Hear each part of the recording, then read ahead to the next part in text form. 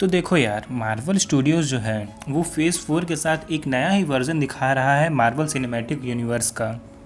अब academy award winner Chloe Zhao को ही ये जिम्मा मिला है कि वो किस तरह से स्पेस गॉड लाइक प्रोटेक्टर्स को हमारे सामने रिप्रेजेंट करती है। और इस 2 मिनट की टीज़र ट्रेलर ने तो मानो आग ही लगा दी हो।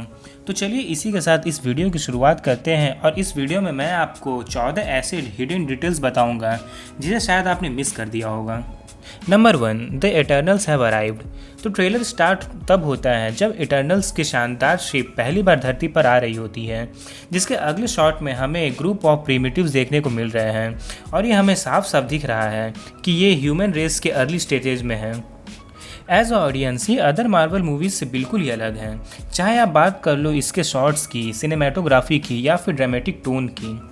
Number 2, Brian Tyree Henry brings Phastos to life. तो देखो यार, जब से एटर्नल्स मूवी के आने की बात चली थी तब से फैंस फेस्टोस के फर्स्ट लुक को देखना चाह रहे थे।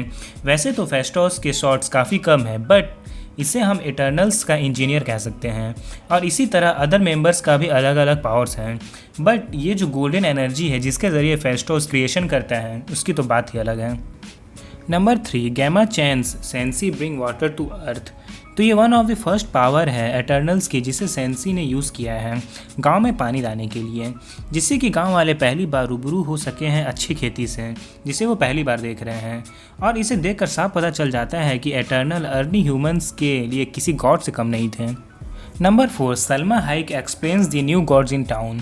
इनके इक्वेस्ट्रियन आउटफिट को देखकर साफ पता लग गया है कि इनका अजैक का कैरेक्टर और बाकी के एटर्नल्स का पहला लुक किस लेवल का होने वाला है।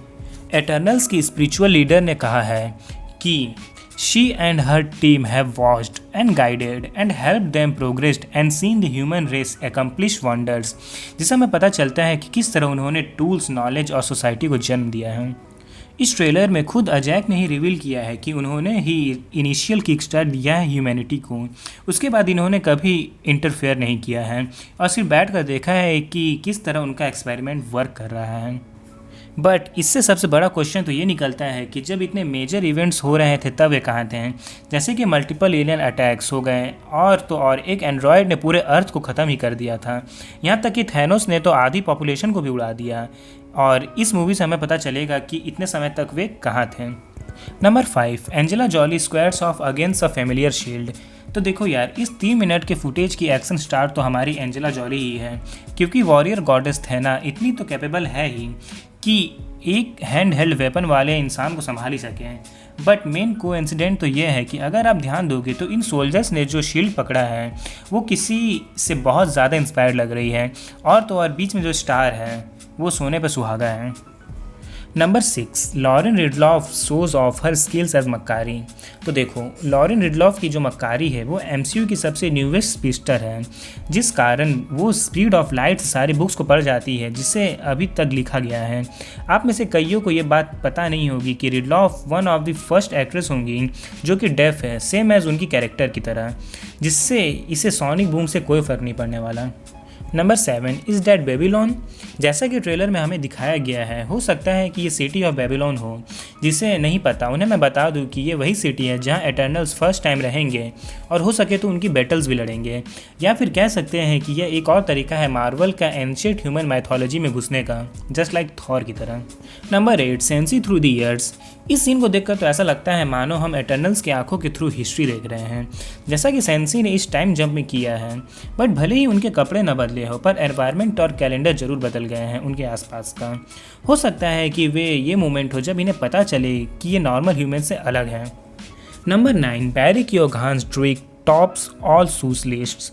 जैसा कि अजैक ने अपने एपिक मोनोलॉग में कहा था, we have never interfered until now.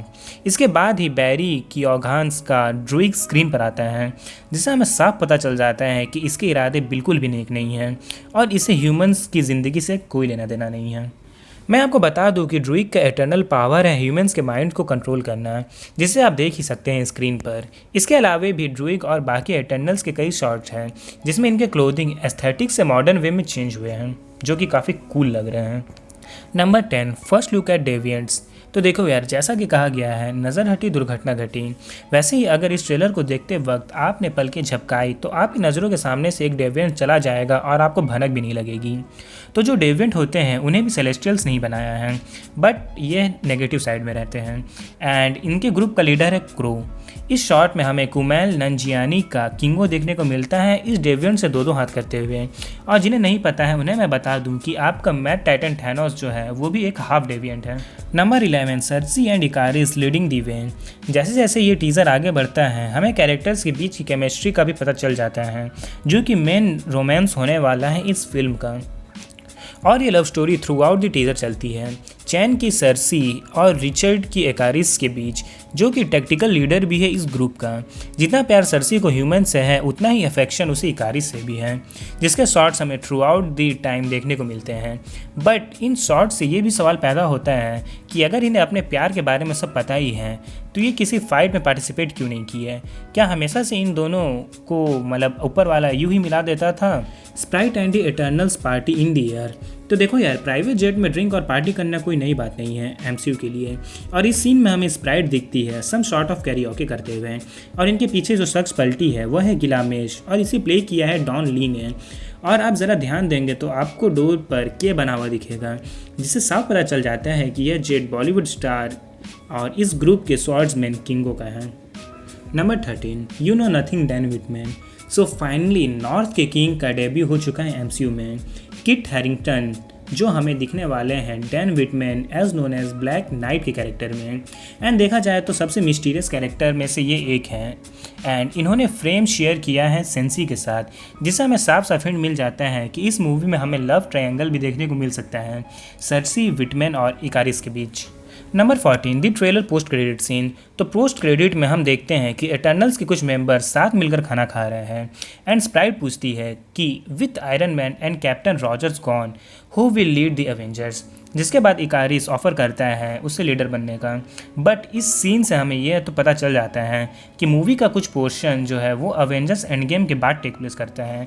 And ये भी कंफर्म हो जाता है कि उन्हें अवेंजर्स के बारे में सब कुछ पता है। सिंपली कहूँ तो ये टीज़र ट्रेलर साफ जाहिर कर देता है कि ये अदर मार्वल मूवीज़ से बिल्कुल अलग हैं, चाहे वो प्लॉट हो, स्टोरी हो या फिर कैरेक्टर डायनेमिक्स।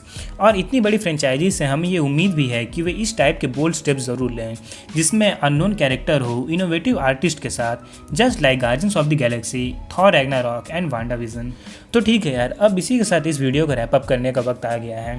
तो होप सो आपको ये वीडियो पसंद आई हो। अगर आपको वीडियो पसंद आई है तो इसे लाइक करना और हमारे चैनल को सब्सक्राइब ज़रूर कर देना। और अगर आपको कुछ सजेशन देने हो या फिर कुछ क्वेश्चंस करना हो तो आप कमेंट बॉक्स में लिखना ना भूलें। तब तक के लिए बाय बाय, पीस आउट।